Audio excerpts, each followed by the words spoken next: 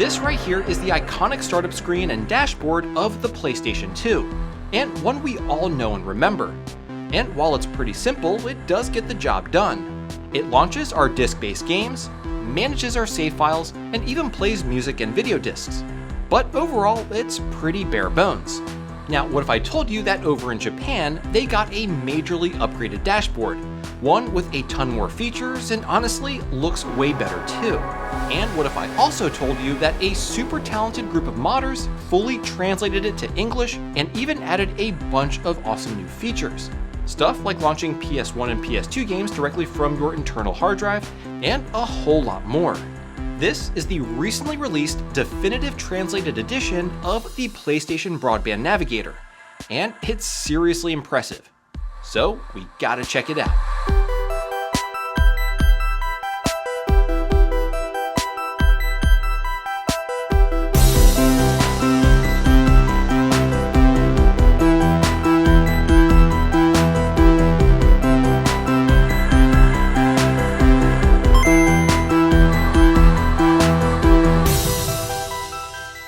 Hey everyone, how's it going? My name is Tito and welcome to another episode of Retro Renew. Today we're going to take a look at a project that totally revamps the classic but also very basic PS2 dashboard. This upgrade gives us a much more graphically impressive and more capable interface, and it's called the PlayStation Broadband Navigator, or PSBBN for short. This is an officially developed Sony dashboard that was released in Japan only. It was never released anywhere else in the world, which is honestly a shame since it offers such a unique user experience. But being that it was released in the early 2000s and it did require high-speed internet, which was still not super common, at least here in the United States, Sony decided to keep it in Japan, which did have a much better high-speed internet infrastructure. Now, nearly 23 years later, and thanks to the incredible work of CosmicScale and a bunch of others in the PlayStation modding scene, we have not only a fully translated version of PSBBN, but one that also has way more features that make it a pretty good alternative to homebrew solutions like free McBoot. With PSBBN, we can launch our entire library of PS1 and PS2 games using not only one, but two different beautiful graphical user interfaces with full game art, as well as launch apps like OPL, play officially supported PC Engine games of all things, and so much more. It's honestly crazy what these folks have done, and I cannot wait to share it with you. Alright, so in this video, I'm going to show you what you need to install PSBBN onto your PS2 and how to set it all up. Go over some of its key features, review the pros and cons, and of course provide you with my overall thoughts. Okay, so the first thing you're going to need is an official PS2 network adapter. This will not work with third-party adapters like this one here. It has to be the one from Sony. It's also strongly recommended to convert the official Sony network adapter from IDE to SATA so that you can use larger capacity hard drives. You'll also of course need a hard drive. CosmicScale actually recommends using this Kingston 1TB SSD, but this mod can support up to 2TB capacity hard drives. He also recommends that you use an SSD instead of a mechanical hard drive for better performance with PSBBN. Now of course, since we do need to use the network adapter and SSD, this is basically only compatible with fat model PS2s. You can theoretically do this with a slim PS2, but you will need a specific model, and it has to be heavily modified, so better just to stick with the standard fat model system. And lastly, you'll need a way to connect your SSD to the computer. I have one of these SATA to USB Type-A cables that worked perfectly. Alright, so that's basically everything you're going to need to get PSBBN onto your PS2. Now I'm going to show you how to actually install it onto your SATA hard drive, and for that we're going to need a computer that's running Linux. Now this is probably the hardest part of the install, but since I am using Windows 11, I can use something called Windows Subsystem for Linux, or WSL. This basically allows us to install and run Linux without a separate virtual machine or dual booting the PC. But before I dive into all that fun stuff, let me first tell you about the sponsor of today's video, PCBWay. If you have an idea for a new mod or want to assemble an open source project, PCBWay provides you with the tools to make them a reality. From 3D printing services in an array of materials, all the way to other services like CNC machining, injection molding, and of course PCB and flex ribbon fabrication. So when it comes to taking your retro mods to the next level, PCBWay is the place to make that happen. Check out the link in the description for PCBWay to get $5 off your first order, and again a huge thank you to PCBWay for sponsoring this video. Okay, so to get things started, we're actually gonna have to head on over to the computer. Alright, so again, I'm using Windows 11 here, which should allow us to install Linux using WSL. And here on the left, I have the installation PDF from CosmicScale, which has all of the command scripts that we need to run on Linux and should make this process easier. I'll have a link to these instructions down below in the video description. Okay, so the first thing we need to do is click on the Start menu and type in PowerShell in the search bar, and it should pull up the PowerShell app. And what we're gonna do is right-click on the icon and run it as the administrator.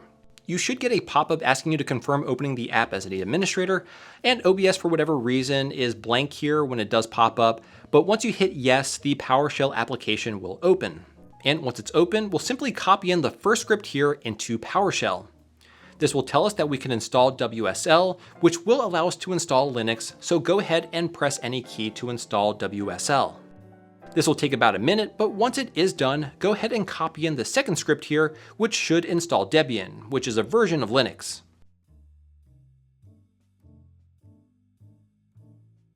Now, I actually got an error here, and if you did also, you will need to open the control panel up, and I do this by typing in turn on in the search bar, which will take us right to the turn features on or off part of the control panel. From here, you'll need to make sure that you have the Hyper-V option, as well as the virtual machine platform and Windows System for Linux options all checked. This should then allow us to install Linux. Now, I actually had to go a step further and turn on the SVM mode in my computer's BIOS. I'm running an AMD machine, so this is called SVM mode, but for those of you running Intel machines, I believe this is called VT-X. Anyway, once all those options are enabled, you should now be able to run the script and Linux should then be installed on your computer. It'll then prompt you to create a username and password, and for the sake of simplicity, I'll just be using Pi for both. And great, we're now in the Linux environment. So next, we're gonna copy this script here into the Linux command prompt. Go ahead and enter Y to continue the process.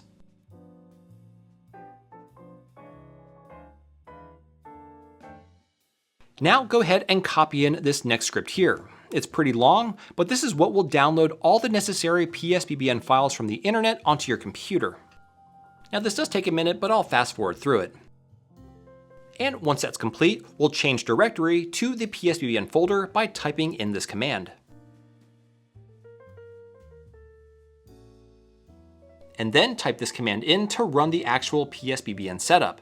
It'll ask you to press any key to continue, so go ahead and do that, and this should get everything we need prepped for the PSBBN installer.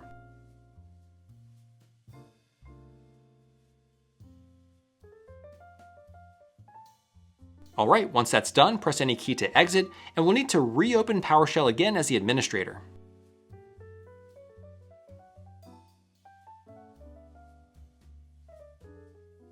Okay, now before we proceed, we actually do need to connect the SSD to the computer. Once connected, we'll need to copy this script into the command line in the PowerShell window, and what this will do is show us all the available drives that are connected to the computer. And this one here, drive 4, is our 1TB Kingston SSD. The way that I can tell that is by its capacity. So with that in mind, we can copy in the next script from the instructions. Now, once copied over, we will need to change the reference drive. So where it says physical drive 3, we need to change that to drive 4. So I'll just go ahead and do that real quick. And then press enter, and we should see we have successfully mounted the SSD. Okay, so going back to the Linux window, let's copy in the next script.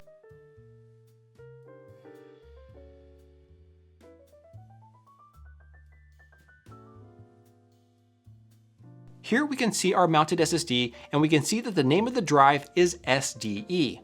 We'll have to take note of that. Okay, now we can finally install PSBBN onto the SSD. So copy the installer script and then paste it into Linux. This opens a new installer window, and here we need to select our drive. We know it's supposed to be labeled SDE, which is right here, so we just type it in exactly as it appears, which is /dev/SDE. Press enter and it'll ask you to confirm. If everything looks good, type in yes and press enter. Now, this part does take a pretty long time since we are installing PSBBN onto the SSD, but again, I'll just fast forward through it. Now here, it's asking how large do we want the music partition to be. This is obviously where any music we store on the hard drive will be located. You can select anything between 1 and 104 gigabytes, but I'll just do 20 gigabytes for now. And here it's asking how large we want to make the POPs partition. This is where all of our PS1 games will be stored. You can allocate up to 85 gigabytes, but for me I think around 30 gigabytes should be more than enough for all of my favorite titles. Next, it'll ask you to confirm your choices, and if you're happy, just type Y and enter. Great, with all that set up, we can now go ahead and copy our games to the Linux folder. These won't be copied to the SSD just yet, so if you go to your Linux folder within your File Explorer, select Debian, then Home, then Pi, which is our username, the PSBBN Definitive Edition folder, and lastly Games. You should see a familiar set of folders, similar to how OPL is set up. Here is where you're going to store all your PS1 and PS2 games. So I'm going to go ahead and copy all of my PS1 games into the POPs folder. Now you do have to remember these all have to be in the VCD format. I'll drop a link in the description for the program I use to convert all of my bin and Q formatted games into VCD. And then all of your DVD-based PS2 games go into the DVD folder, and all of your CD-based ones go into the CD folder, just like you would do using OPL. And once all of your games are in the folders, copy the game installer script from the PDF file and then paste it into Linux. This will open the game installer window, which will copy all of the games onto the SSD. Just enter your Linux password, which again for me is Pi, and here you'll notice that the games folder path will default to the location where we copied all of our games to. So you can just leave that as is and say no to changing the folder path. Now here it'll ask you if you want to sync all your games or just add additional games. Since this is the first time we're doing this, I'm going to go ahead and select Synchronize All, which is option 1. If you want to add games in the future, it'll be much faster to select option 2. And here it's asking which game launcher you want to install, OPL or Neutrino. I have more experience with OPL, so that's what I'm going to choose, but it's neat that we have both options. Then it'll ask to confirm your choices and to press any key to proceed. So now all your games are being installed onto the SSD. Again, this process will take some time, so I'm just going to go ahead and fast forward through it. Okay, we're pretty much done here. As an option, you can actually run this extras script, which does a few things. First, it allows you to update PSBBN in case a new version is available. But it also allows you to install extra applications, one of which is HDD OSD. Now, I actually installed this, but I didn't capture it on video. This is a great tool, and I do go over it in the features portion of this video coming up, but it does take just a few seconds to install, so I definitely recommend it. Anyway, that's about it. The only thing that's left to do is to dismount the SSD from the computer, and to do that, we'll copy this last script here and paste it into the PowerShell window, not Linux. And remember that it was mounted under drive 4, so update the script to reflect that, and we should be all set. Now we can unplug the SSD from the computer, connect it to the network adapter, and then attach it to the PS2. And now we're ready to experience PSBBN in all of its glory. Okay, so with the exception of getting Linux running on my PC, this was a relatively painless process, but definitely not the most user-friendly. And after using it for a couple days, I have to say this is one of the coolest experiences you can have on the PS2. It's almost like opening a time capsule back into the early 2000s, giving us a glimpse at what the PS2 experience could have been, and what a lucky few in Japan got to experience back in the day. Anyway, let's dive into this new dashboard and take a look at what it can do. So booting up the console for the first time with PSBBN, we're greeted with a much flashier intro and overall user interface. Now, to be honest, there is a ton to unpack here, way more than I can show in this video, but I'll touch upon all the aspects that I think most people will get the most utility out of, as well as what I think are the coolest features of PSBBN. So let's start with what I think most people will want to use PSBBN for, and that is to launch their collection of backups. This supports, like I've already mentioned many times before, both PS1 and PS2 games. So here at the top menu, we've got a few options: Game Collection, Channels, System Configuration, and PlayStation BB Guide. Let's start with the first and most important option, Game Collection. The first time you load it up, it might take a few seconds for all the artwork to show, but once it's been loaded, everything pops up much faster the next time around. Now, I've tested several games, both PS1 and PS2, and both work great. Loading PS1 games surprisingly uses what is called the PlayStation on PlayStation or POPs emulator. This is pretty interesting in that this emulator specifically was developed by Sony themselves for PSBBN, but it was only developed to play one game, which was Bishi Bashi 3 Special that you could download from the Konami channel, which we'll cover here in a second. Now you may be asking, why can't we play PS1 games using the onboard PS1 hardware since all PS2 fat model consoles were backwards compatible with PS1 games? Well, that's because the PS1 hardware is unable to access the hard drive where Bishi Bashi would have been stored. So to work around this, they developed an emulator that uses the PS2 hardware, which does have access to the hard drive, and thus the Pops emulator was born. Now, the clever folks who modified the PSBBN software were able to utilize the Pops emulator to play any PS1 game that's stored on the hard drive, which is pretty amazing stuff. Now, I've tried several PS1 games and they all work perfectly. However, I did notice a glitch when playing Final Fantasy VII where the battle sequence didn't seem to fully load, and I'm assuming this is an issue with the game image file that I'm using rather than the Pops emulator. I didn't have time to verify this for this video as I did notice it pretty late on, but I did want to mention it regardless. And like I said, the handful of other PS1 games that I tried worked flawlessly, such as Resident Evil 2 as shown here. As for PS2 games, I had no trouble loading these as well. Just select them in the carousel and they boot right up. Another great thing about loading games using PSBBN is that it supports Game ID. That means using a device like a MemCard Pro 2 is fully supported and will automatically load your correct VMC for the game that you load. Now, if you press triangle on any of the games, you get some additional options, like for example, being able to add any game to your Navigator menu list for easy access later on. The Navigator menu can be accessed at any time by pressing the select button. And as you can see, Symphony of the Night has been added, so that means I can quickly access it without having to dig through the game collection menu in the future. Now, something that I really love about this build of PSBBN is all the game art that was implemented into it, and I know CosmicScale did spend a lot of time on this feature, so I definitely want to give them a ton of credit. All the artwork is automatically downloaded when you run the game installer, which is super convenient, and the database itself is always being updated to include more games. And the carousel selector itself can support up to 700 games. Now, if you don't feel like scrolling through all 700 games to get to the one you want to play, CosmicScale also integrated something called HDD OSD, which makes navigating through those games a lot easier, and it still looks pretty awesome. You can get to the HDD OSD by either selecting it in your game collection menu or by restarting the console and pressing and holding the X button during boot up. This will take you to the stock dashboard where you can view the contents of your hard drive, which have been altered to feature your list of games with these cool little 3D models of the game box. This is honestly a really cool feature, and I love that they even added details like PS2 games showing up as these longer DVD cases, while PS1 games are modeled as regular CD jewel cases. Really neat. And to play any of these games, all you need to do is select it. And the last way to launch games is of course through OPL, which can also be loaded through your game collection menu. And it works as one would expect. All your games show up, but unfortunately the game art is not seen here like in PSBBN. Alright, next let's take a look at the channels, and this is actually where things start to get interesting. Here we have the game channel, movie channel, music channel, and the photo channel. First, let's take a look at the game channel. Here is where the game developers would have their own unique place to load videos of their latest games, allow you to download screenshots, and even play some mini games. Now, I'm not going to go over everything here because there is a ton to unpack, but if you do end up installing PSBBN, I strongly suggest checking everything out, as it's really cool that these pages were able to be fully preserved and available for us to access here in 2025.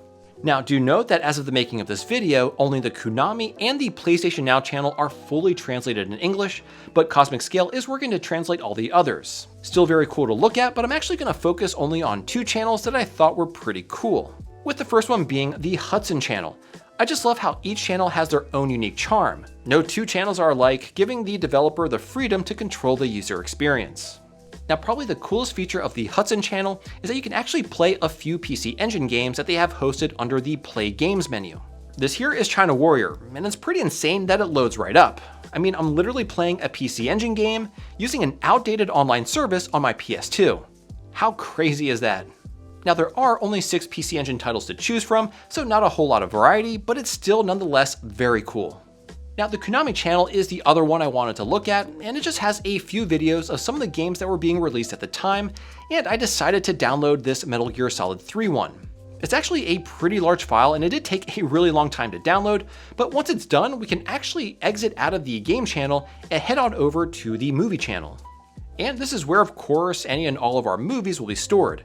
So here we can play and watch the really long MGS3 trailer that we just downloaded. Now moving back to the main channel menu, we can go into the music channel. And as one would expect, we can pop in a music CD and listen to it. But not only that, we can actually also rip the CD's music to the hard drive. And if you have a USB keyboard connected to the console, you can manually change the CD metadata like the album and track title. Pretty cool. Now, another very niche feature, which I really wish I could have gotten to work, is that if you have a compatible mini disc player, you can actually hook it up to the PS2 and transfer your music from the PS2 hard drive over to a mini disc. Now, for whatever reason, the PS2 does recognize that I have a mini disc player connected to the console, and the mini disc player also recognizes it's connected to a computer, but I wasn't able to get the music transferred over to the mini disc. I imagine that my mini disc player is not one of the supported models for this feature, and if you have any idea what's causing the issue or how to fix it, definitely let me know down below in the comments. Anyway, the last channel to look at are photos, and not surprisingly, this is where photos are stored, and I just have a few here that I downloaded from the various game channels. So there's really not too much else that's noteworthy here.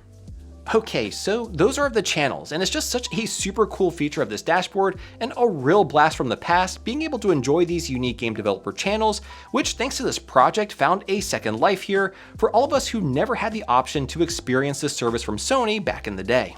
Anyway, now let's head back to the top menu and check out the system configuration menu.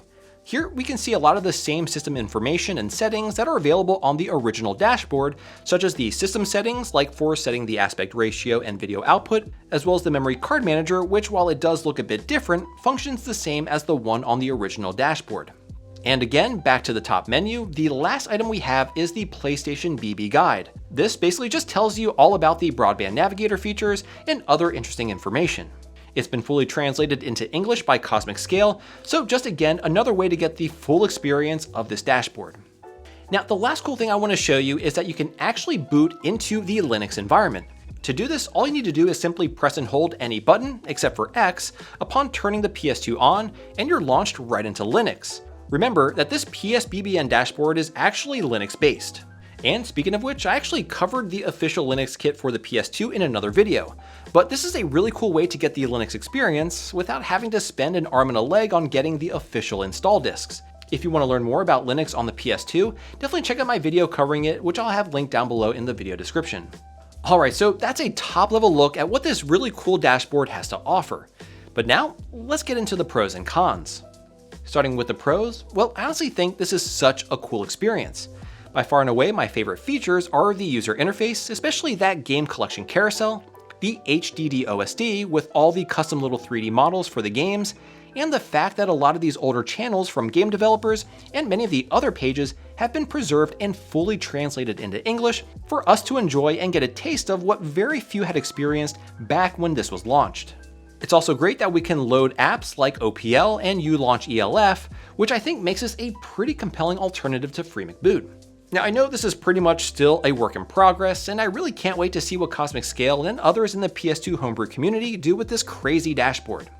But it's not all sunshine and rainbows, so let's get into the cons. Now, when it comes to the cons, I really don't have many.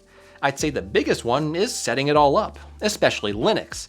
Depending on your computer and your proficiency with working with Windows and all of its quirks, your mileage may vary. For me, this actually took a lot of trial and error before I realized what settings I needed to turn on and enable on my particular PC before I could even get Linux installed. And on top of that, running all the scripts to get the actual PSBBN installed onto the SSD, while way more straightforward, is definitely not a seamless process. Working with scripts and going in between Linux and PowerShell is definitely not the most user-friendly process, but it is certainly doable. So those are mostly issues related to getting PSBBN up and running. But once it is running, the experience is phenomenal. I will say that one of the more frustrating aspects of the PSBBN user experience is that some parts are a bit slow. The boot up time, for example, is definitely longer than the standard dashboard, and just navigating through the PSBBN menu is a bit of a slog. This is only a minor issue, but I did want to mention it. And the last con I would say is the storage limitation. As of right now, you can store up to 104 gigabytes of PS1 games and up to 2 terabytes of PS2 games. For me personally, this is plenty, but I'm sure there are some power users out there who may see this as a bit of a limitation, especially if you have a large game library. Again, for me, this is pretty much a non-issue. But at the end of the day, it's this fresh new experience that I think PSBBN is all about. While yes, it does have some utility in terms of being able to launch your games, and it has a flashy user interface, but I think the coolest thing about it is that we get a glimpse into what it may have been like if Sony released this to the rest of the world. And I think it's simply amazing how much of the PSBBN experience has been preserved and laid out for us to enjoy.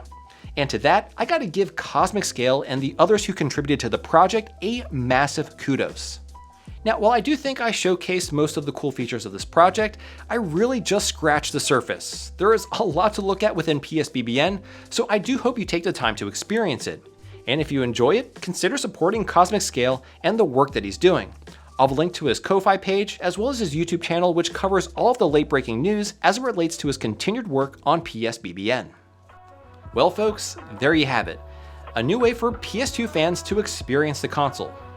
What do you all think? I'd love to hear your thoughts, so definitely drop them down below in the comments. Now, if you enjoyed this video, I really think you'll like this one here, so check it out.